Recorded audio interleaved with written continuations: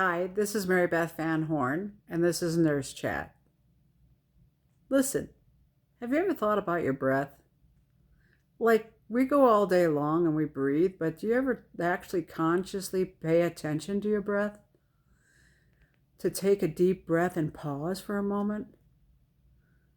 I just assume that if a person paused every so often and took 3 big, deep breaths, things would go better. Especially when some family member comes in with some drama. Not only count to 10, breathe. In the middle of the night, sometimes when we have anxiety and everything's hitting us and we're trying to solve the world's problem at 3 o'clock in the morning, I heard a message in my heart one time. It was literally just use your breath.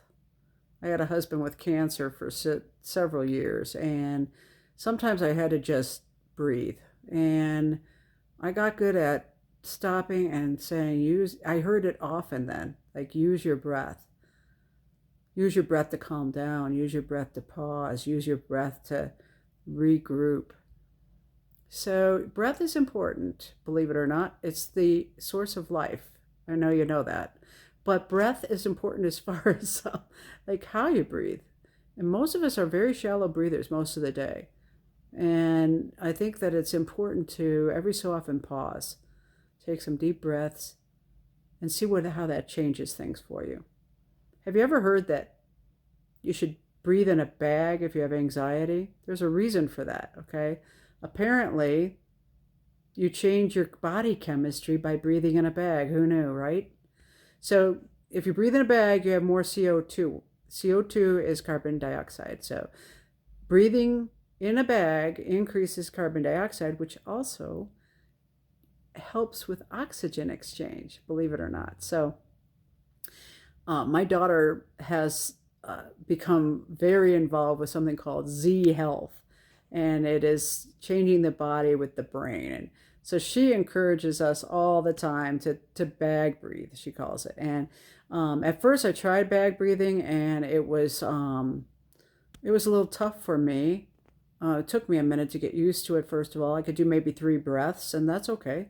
So I would do my 3 breaths in the bag and then put it down, and it made me breathe hard. It kind of feels like you've been working out or something. But anyway, she encouraged me. I kept doing it, and I got pretty good at it, actually. So after a while, I could do 30 seconds in breathing in a bag.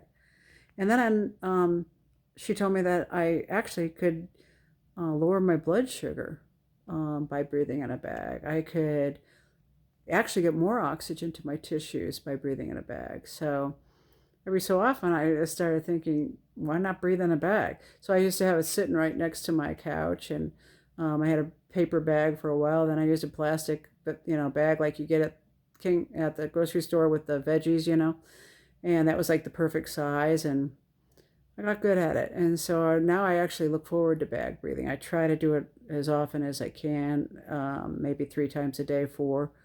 And then I try to take a deep breath every so often. That's important. There's a technique where you take a breath in and you exhale double.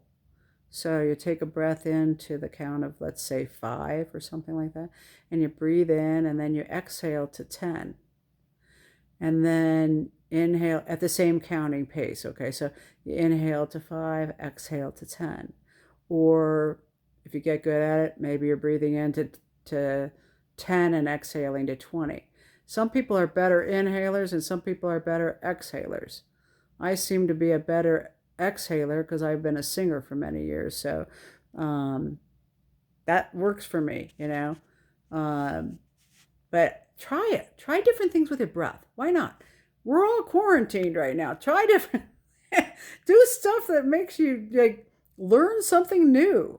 If you learn a new skill, it's just so powerful. And you say, oh my gosh, that was a blessing today. I learned something new. Who knew? This nurse chat lady was telling me about breathing, but it really is important.